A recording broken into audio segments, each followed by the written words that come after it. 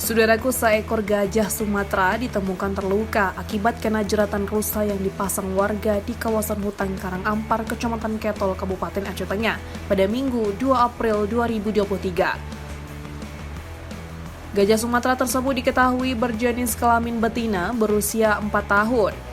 Anak gajah itu pun diperkirakan sudah terjerat selama 15 hari di dalam hutan.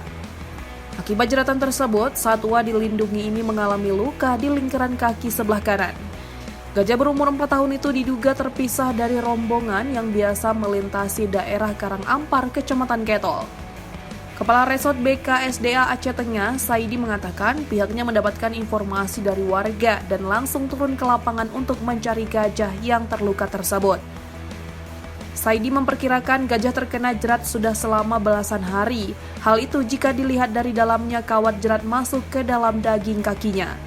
Lebih lanjut, Saidi menghimbau kepada para warga agar tidak memasang jerat di lintasan yang biasa dilewati gajah liar.